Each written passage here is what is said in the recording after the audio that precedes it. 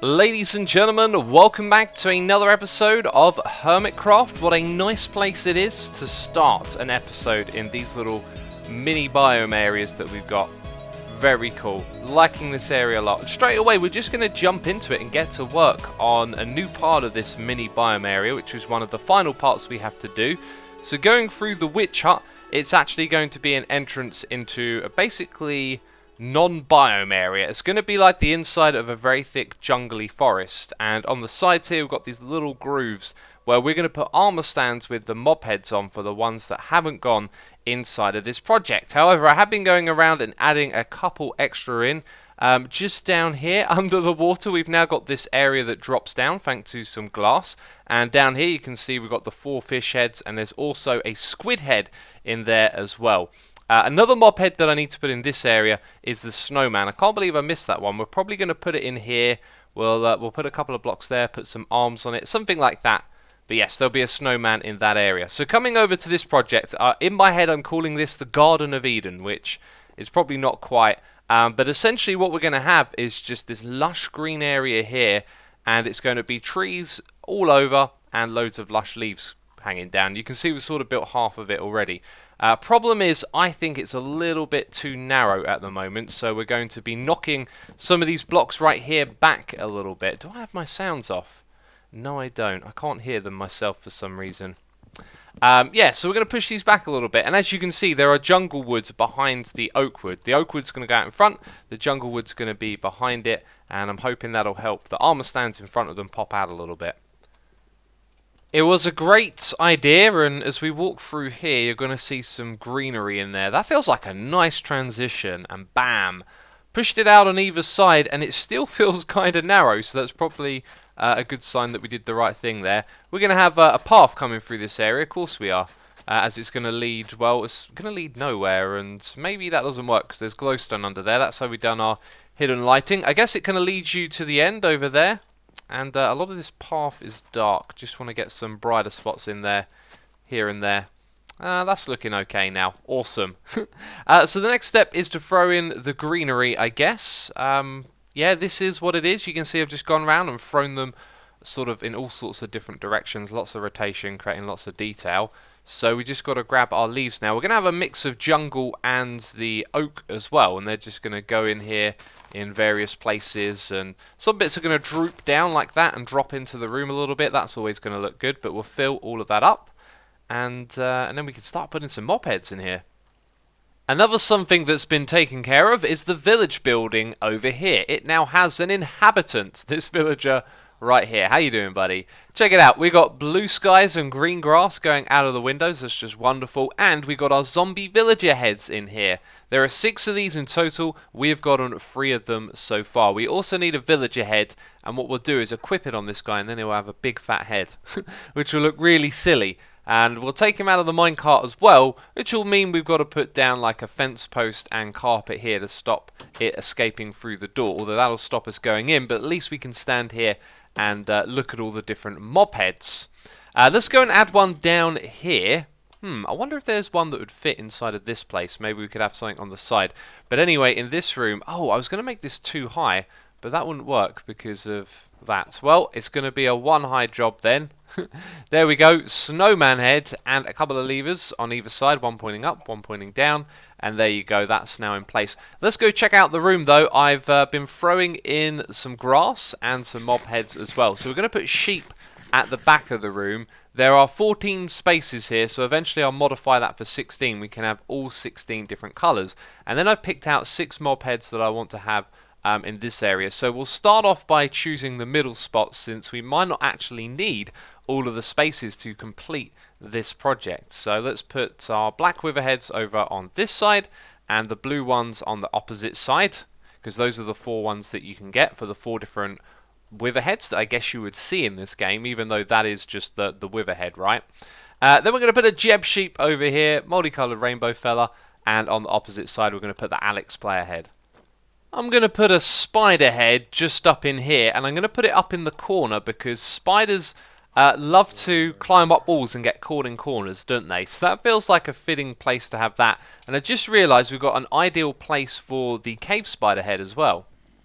So over the back here in this cave is where Steve is with his pickaxe getting some diamonds as a slime, and look at that, a mine shaft. So perfect place for a cave spider. I also brought a couple of cobwebs as well just to shore up the detail. So we are done with mob heads for now. I've got a few more to hunt down. There are sheep heads, and then I think after that it's the magma and blaze mobs from the nether. So maybe we'll have an adventure over there in the future. But right now what I'm going to do is gather some snow. Oh, and when I built this tunnel, I got a lot of comments about not using snow layers here. Remember that light and light sources can, well, it's actually just light sources, not light from the sky, can melt snow. So we couldn't use snow layers there.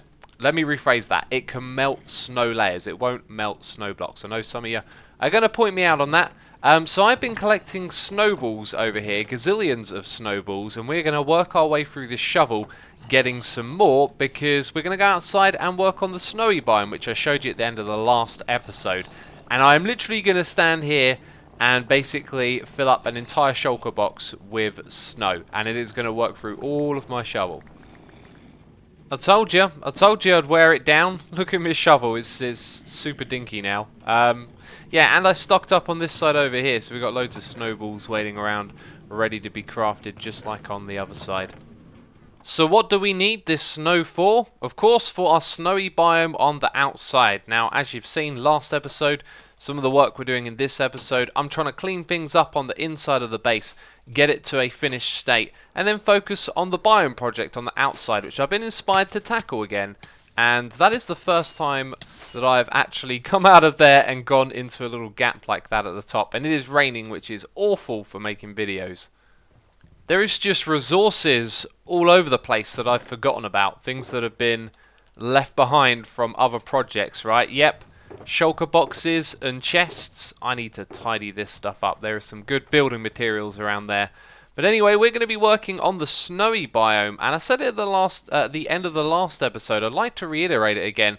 My original plan was to build a giant icy wall just up ahead, and then to make the top side of the island, all of that over there, which faces north, into a snowy biome. So we're going to have a big kind of ice wall going across there, separating it from the ocean and the volcano. And now the plans have changed because False came over and pranked us with a prank that I could just not take down. It is wonderful. Every time I fly over to my base from somewhere, I'm always like, wow, that is super cool. If only we had started the snowy biome, maybe False would have built it up the top there. So we're going to convert all of this brown stuff that you see right here, going up to about here to the shortest point between the water and the volcano itself. We've got to cover all of that with snow, which is why we've got another shulker box worth. And this area over here took over a shulker box worth. We had a little bit left to spare. So I think we probably just got enough to get around the entirety of this area. We're just going to start off with the basics, which is covering everything in with snow. One thing I must say, though, is the way False has done it, she's kind of put the snow layers down on top of the snow here. And what's easier is not to rip up the dirt, but to place the snow directly on top of it, right? And let's ignore this little channel. This is an old divider from where we used to have mycelium here, and I wanted to stop it spreading. So we're just going to place the snow like so and go over the top of the dirt.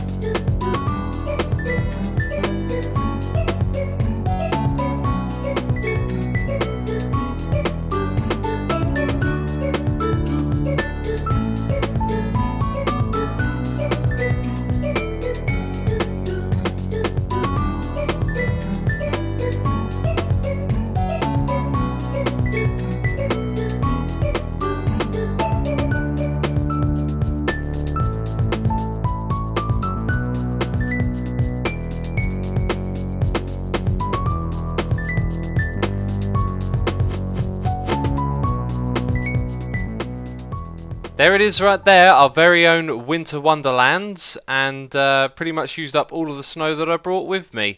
And I'm kind of thinking I might make the transition here quite stretched out. It's definitely not going to be a straight line like that, but I was just thinking it's probably a good idea to make it a rather lengthy transition rather than something sudden. Over on this side though, I have actually missed a blob of land because I forgot that I hadn't filled it in all the way over here. As you can see, we've got a load of dirt, but I've left it like this because what I actually want to do is bring some of the stone of the volcano down over the dirt here and have a better border between the two biomes, because we've got hot and cold very close together, which I'm not fussed about. The whole outside area is supposed to be fun and novelty. Another thing I want to do with these blocks is just kind of spread them out into the snow a little bit more, so there's more of a transition. And what we'll probably do is throw down some snow layers as well. In fact, I kind of want to throw down snow layers all over the place, especially on like bits like this, although if we did every little area it really would be overkill, but a few bits here and there I think will go a long way just to, you know, break up some of the flatness perhaps. So we'll be chucking some of these on top of the stone, and you're probably sick of me talking about these stone blocks right now. We've spent the whole season banging on about how we're placing down these different varieties of stone, andesite and cobblestone to create the different shapes that there are in the volcano, and you're probably sick of it by now, so I won't mention it too much more, but we will do this little area here transitioning down into the water. And also, as you can see over on this side, the snow goes down into the water a fair bit, and then you can't really see it anymore. I could go over the top and take it all the way down. Because it's white, it stands out and it's very bright, so we're only going to go down by a few layers, but as you can see I've only done it in patches and I haven't done it around the area that we just covered. Well, it's far from a work of art, but I've got some of the transitional stuff done between these biomes and just putting down some snow slabs up here just to kind of help it blend across a little bit, maybe one or two over here as well.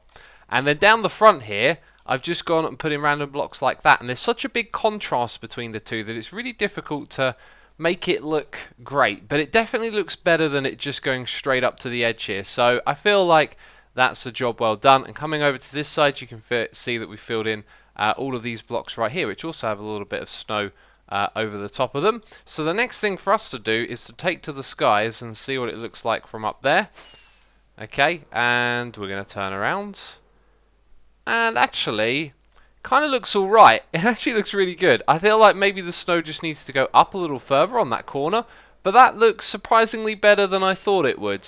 And another thing we need to observe from the sky is how the water looks at the edge. You kind of get away with not having snow there. And also the shape of the island. There are some like rigid areas with lots of straight lines, although that becomes more apparent when you're down on the edge here. So I don't think we need to change the shape of this place too much. We're just going to focus on the edge now, I think. That'll be the next thing we do. So I've got to farm more snow, then I'll go around the outside and place some more snow down. So all along the outside here and around to the other side, it's been placed, all of that snow, and I think I might make it deeper sometime, but right now I want to focus on adding a path in this area, and you can see I've started with a path that goes across the water, so we link the biomes together, and I deliberately put this at the bottom of our little mini ziggurat thing right here, and then we can walk across the water, and now what we need to do is get in some fence posts so that we can walk things up nice and easy. I realised though I probably haven't spaced this out very well. We can put our fence posts here. Can't actually put one in that spot. It's always got to be diagonal, otherwise you'd see the fence post. What we could actually do here is use the snow layers, because there isn't going to be light sources around here. Although that might not stay the same because I want to put in a path, and that might mean some lighting fixtures around here as well. Yeah, I think doing that with snow layers makes a lot more sense in this area, right? Now, another place I want to add a path is going across here. So I think what I'll do is I'll make a little cave entrance just over on that side, and it can come out somewhere up here. But I want to focus on getting the path material in place, because I've been looking at the block palette, and there's a material we could use to create some paths through here. But first of all, what I got to go and do is some swimming, because I need to grab some gravel, and the best place to get that from is the bottom of the ocean. Look at all the squiddies, and I love that we can use the rockets underwater. Actually makes getting around here a lot easier, right? So this is the stuff that we're grabbing. Hi, just gravel off the bottom of the ocean. You know, I got a gazillion comments about putting snow layers on top of the fence posts. they don't actually go on top of them. So these are going to have to get removed. Man, I got a lot of comments about that and you can't even do it. So what do we need that gravel for? To mix it with sand and bone meal and make some white concrete powder, which actually kind of settles in here. It just takes out the brightness from the snow and really does make it feel like this is where perhaps people have walked. So we're going to use this to create a path going in this direction, which will lead up to the cave we're eventually going to put over there, and it'll also go in this direction. I think what we'll have it do is go around the Evil X to the front of it, and another path that goes up here as well, and then we'll turn this into like a shrine eventually, and the paths can meet at the front here. Yeah, we'll remove the hermit hunt and the secret Santa, and then the path can just go up to the front here. Maybe we build some sort of shrine little thing in front of it. Oh man, it's so cool, isn't it? I believe that some sort of zombie apocalypse event is happening right now. If you just look around and look at the rotted flesh and XP, I have been continuously attacked inside of this area, which is all of the mushroom biome. Yeah, oh, and look, there's another one, and it came from that direction, which is inside of the mushroom biome. So they are just going absolutely crazy. I saw one standing over here earlier as well, which is well and truly inside of the area where no mobs should be able to spawn at all. It's really bizarre. Anyway, this little thing that I was working on here was for our entrance, which is just going to go right there through the cave. It'll go straight on and up a little bit, and then it can turn out to the side. And now what we're going to do is just walk over this path. I've really enjoyed putting this together actually. I think the two materials work well nicely, and then when we get to work with the snow layers, you can have some really nice and gradual transitions here, and especially this bit because it goes up quite a way, and whatever ways you walk through it, you pretty much go straight up without hitting a block, which is really nice. So that's very cool. And that's probably most of what we're going to do on this project for this episode. We'll come back here again. I'm thinking about ways to decorate this, and I reckon it's most likely we're going to just put spruce trees around the place and put a little bit of snow on them. Maybe a few other features here. So you can see the path comes to this central point, and then it goes around this side as well, where it stretches all the way across to the entrance you saw just a second ago. Man, there is a whole bunch of junk just lying here on the ground. I think I'll take that bucket. There's also like iron and chests in there, and bone meal. We're over here, by the way, to check out Mumbo Jumbo's new mini game, which I saw he built in this area. I don't think anyone's done anything over here for a while. And of course, before we went back to the base, I was spending a lot of time over here, kind of setting up the theme and the look for this place. Do you know what this needs right here? These mini games need some lights. I thought I would come over here and help tie in Mumbo's little build into the area by placing down some more of this red wool. Although he's gone for red clay there, hasn't he? Yeah, red wool and red of the powdered stuff, and put it around the outside here to try and tie it into what's going on here. I also noticed in his video that I had sort of left this thing here from where I was planning on building a mini game, and then change my mind. So I figured what we'll probably do is rip out this bit as well, and maybe make a little sign for Mumbo or something to kind of lead people over to his game. So we're just going to come over here and help tie this thing into the surrounding area. We may just end up doing a little bit more while we're in this area as well. Some of this mycelium over the edge here needs tidying up, and there's a big patch here that needs filling in with some colour. We've got brown on this side over here, and then we've got purple just around the corner here. So I need to find like a place to actually separate those colours, and that will probably be right here at the shortest point. That seems to make the most sense to me. Oh, and another thing, I have a lot of supplies. These shulker boxes are mine, and I left them here ages ago. And look, there is a ridiculous amount of sand and gravel and all sorts of other things in here that we can put to use. And there you go, there's the purple wool.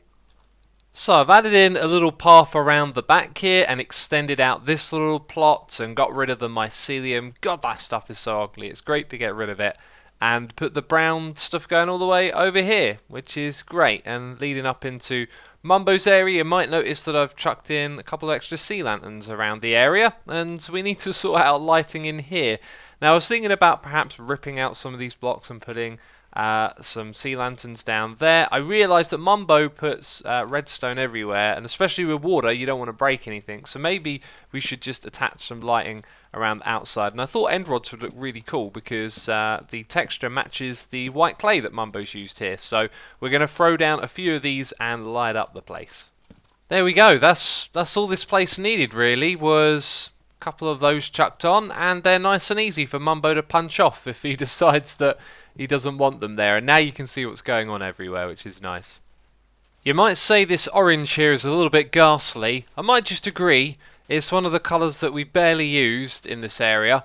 And as you can see, I've ripped out the thing that used to be here.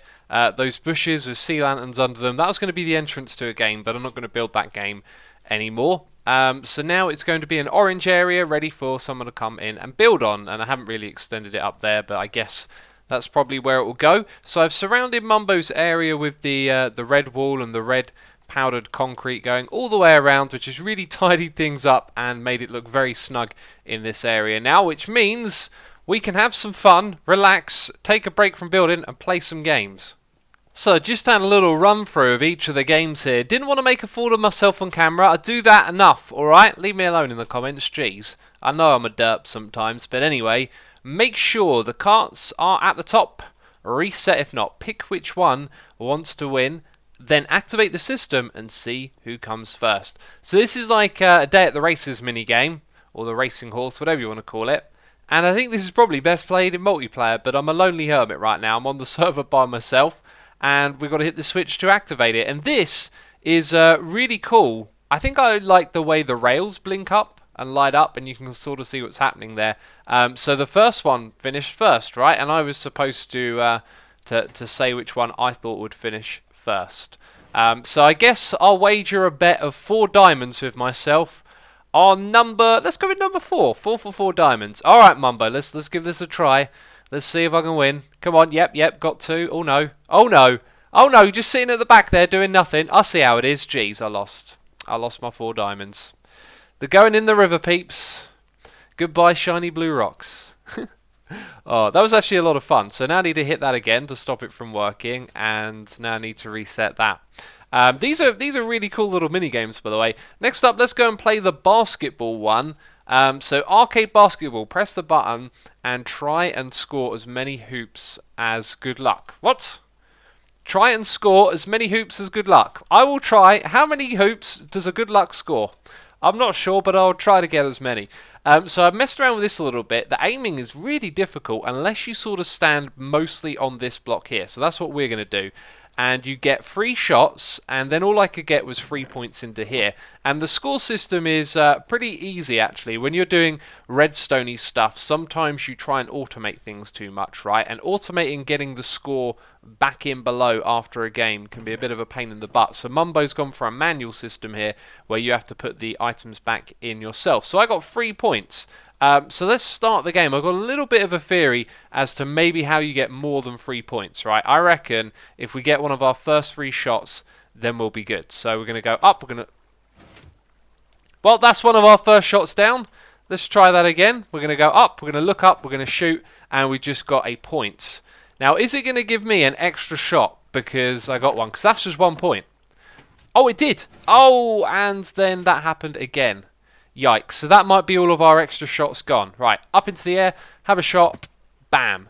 There might be something else to it as well. Let's stand here. Do we get another shot? I'm going to go back up again. Might be a timer on it maybe. Oh, we missed one. Well, let's just go as fast as we can because I think we've taken more than 3 shots and we're getting some points back here. Cool, I think it took that again and we just got another one. Alright, we've got a little bit of a groove going here. Can we get a high score? That was a missed shot. A missed opportunity is what it was. An opportunity to take the high score. Oh no, there's one here on the side. Good, I'll take that. And we'll try again. And yikes. I would love to know what the workings behind this game is. I'm also slowly losing health. Damn it, and now I'm missing all my shots. Okay, right at the peak you want to throw. Excellent. Do we get another shot? Oh, do you know what? It's probably why that thing is on. So maybe it is a timed game. Right, so how many points did I get this time? Because it took me forever last time to figure out how to actually get it in there. 9 points. I think I'll come and play around at that off camera and see if we can do a little bit better. I believe it is time-based. Are there any instructions here? That's just for putting in your scores, I think. There's also a trap chest. Is there like redstone below it? This one over here, when I played it a moment ago, seemed a little bit buggy. So this is the reaction mini. Make sure score chest is empty, then hit start, hit the button that corresponds to the lit lamp quickly to score some points. You have to do this very quickly. Now, it looked to me like the only ones that would ever pop up are these two here. So we're actually going to stand over on this side and see if the same thing happens again. So we've got to react, and that one, and then that one, and then that one. Oh, jeez. Now, these things pop up and disappear very quickly, so I'm not sure if I'm actually getting any points here, but I'm doing my very best. I might as well just hold down right-click, and that would be great if I didn't have to eat. Okay, that side. Yeah, it's literally only these two that are popping up at the moment, and now I'm probably getting all of the points, right, because I've only got to go between the two. This is a pretty good technique we got going on here. I'll take these points, I think I will. How many do you think I'm going to get? And that appears to be it. I think it just finished. The thing that I was trying to say there is that by the time you press the button, the lamp goes down. But you do get points from doing this, so you probably have a little bit of time leeway. All I got was 4 points. I thought I would have done so much better than that. Jeez, that was not very good at all. Alright, I want to give this one another shot. I want to see if I can beat my last score. What was it, 9 points? I think it was 9 points. 12 points that time. I'll take that. That's a good score. That's alright by me. Why didn't you go into my inventory? I'm not sure. I'm going to write down my name in this book then. There we go. I almost clicked sign. We're just going to click done so it gets saved in there, but the book doesn't get saved, and then other players can put their scores in as well. So I was thinking of making a time-lapse out of my little game there, adding some music, speeding up the footage, but then it would be a lot of this. Me jumping and looking and all of that as I'm shooting. I'm sure you don't want to see that sped up. That'll just be disgusting. Anyway, we're going to head back to the base. There is a job there that I said that I would do this episode, and I'm actually not going to be doing it, I guess. We did a cracking job here with this biome. It's got a ways to go yet, but it's looking fantastic. And the thing that I'm supposed to do is remove the enderoni. But the problem is I've kind of run out of time, and I need to wrap up and render this video and put it on YouTube and all of that good stuff, so you guys can watch it. So we'll have to do that at the beginning of the next episode. I'm in fear now that this is going to be an ongoing thing, that I say I'll do it next time and I don't get round to it. But anyway, that's going to be it from me this episode. If you have enjoyed it, then leave a like as always. Thank you for your support, and I'll see you in the next episode of Hermitcraft. Bye-bye.